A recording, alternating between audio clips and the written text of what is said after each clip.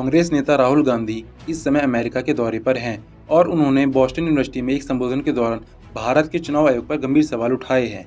राहुल गांधी ने कहा कि भारत चुनाव आयोग के साथ समझौता किया गया है और सिस्टम में कुछ गड़बड़ है।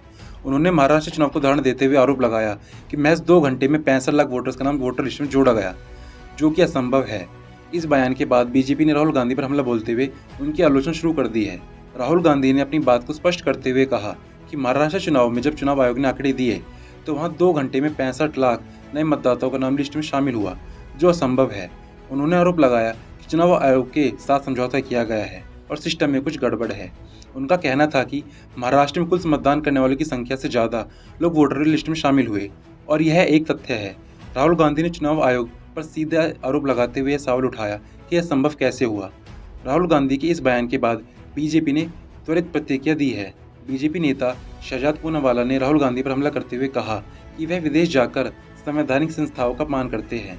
पूनावाला ने कहा कि राहुल गांधी का यह बयान दिखाता है कि वह पीएम मोदी का विरोध करते करते अब भारत के विरोध में उतर आए हैं। उन्होंने यह भी कहा कि पूरी दुनिया भारत के चुनाव आयोग और उसकी प्रक्रिया की सराहना कर रही है, जबकि राहुल गांधी और उनके समर्थक भारत की बदनामी करने में जुटे हुए हैं। बीजेपी ने राहुल गांधी के बयान को चुनाव हारने के बाद चुनाव आयोग पर आरोप लगाने के रूप में देखा और कहा कि जब वे चुनाव जीतते हैं तो चुनाव आयोग बिल्कुल सही होता है, लेकिन जब वे हारते हैं तो उन पर सवाल उठाते हैं। इस पर बीजेपी नेता प्रदीप भंडारी ने राहुल गांधी पर और भी कड़ा हमला किया। उन्होंने कहा, राहुल गांधी जो भारतीय मतदाताओं का विश्वास नहीं जीत सके, अब विदेशी धरती पर जाकर भारतीय लोकतांत्रिक प्रक्रिया पर सवाल उठा रहे हैं। उनका यह कदम भारत के खिलाफ है।